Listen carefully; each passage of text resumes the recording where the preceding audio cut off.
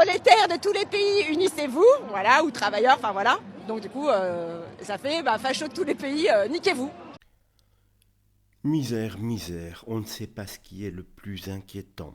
Le discours ou le fait que cette dame pense avoir dit quelque chose dans une séquence lunaire captée lors de cette fameuse manifestation du 22 mars. Je vous le dis, cette manifestation va encore nous faire rire durant de nombreuses semaines. Une militante d'extrême gauche a livré ce qu'on pourrait appeler, avec beaucoup de bienveillance, beaucoup de gentillesse, un discours. Mais en réalité, un enchaînement de poncifs, de mots balancés sans lien et une avalanche de enfin voilà, du coup. Elle tente vaguement de parler d'espoir, de nazis, de mineurs isolés, de colère, d'humanité, de valeurs. Mais le tout est noyé dans un brouillard verbal plus confus qu'un tuto Ikea en mandarin. Et le tout se termine par un trait poétique de tous les pays, niquez-vous.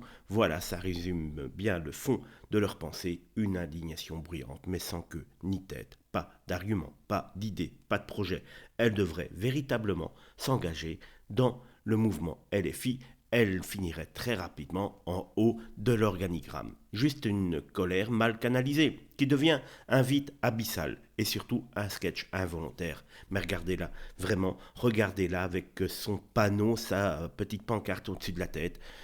À quel moment elle ne se rend pas compte qu'elle est ridicule? C'est tout simplement, moi, quelque chose qui me dépasse. Alors, on se moque pas. Non, on rit franchement, parce que ça fait du bien de rire. Parce qu'en vérité, cette sortie résume parfaitement le niveau de la gauche radicale, bruyante, confuse et tellement persuadée d'être dans le camp du bien qu'elle en oublie de penser. Enfin voilà, du coup, je crois que c'est foutu. Voilà, enfin, ou pas, ou peut-être, ou demain. Enfin, vous voyez, moi je pense, voilà. Voilà, je suis de gauche. Voilà, pour leur dire le fond de ma pensée, puisqu'on a encore un peu le droit, donc je le prends. Moi je suis venue un peu pour me compter, pour voir un peu comment dans le pays, combien on était à pas être d'accord avec tout ce qui se met en place depuis un certain temps. Aussi parce que moi je suis concernée au boulot par tout ce qui est mineurs non accompagnés. En fait, on fait passer les gens qui sont progressistes pour... pardon, ça va être un peu binaire, mais pour les méchants, quoi. Voilà, les antisémites, les saluts nazis, c'est ok, et les gens qui sont progressistes, c'est pas ok. Enfin, effectivement, l'espoir, c'est un peu difficile d'en avoir. En tout cas, moi, de l'espoir sur du court terme, pas tant.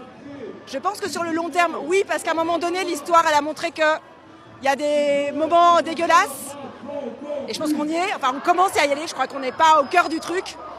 Mais il y aura forcément, l'humanité, elle a toujours fonctionné comme ça, c'est qu'il y a des moments dégueulasses et après il y a des moments d'espoir et où il y a des choses progressistes qui se passent.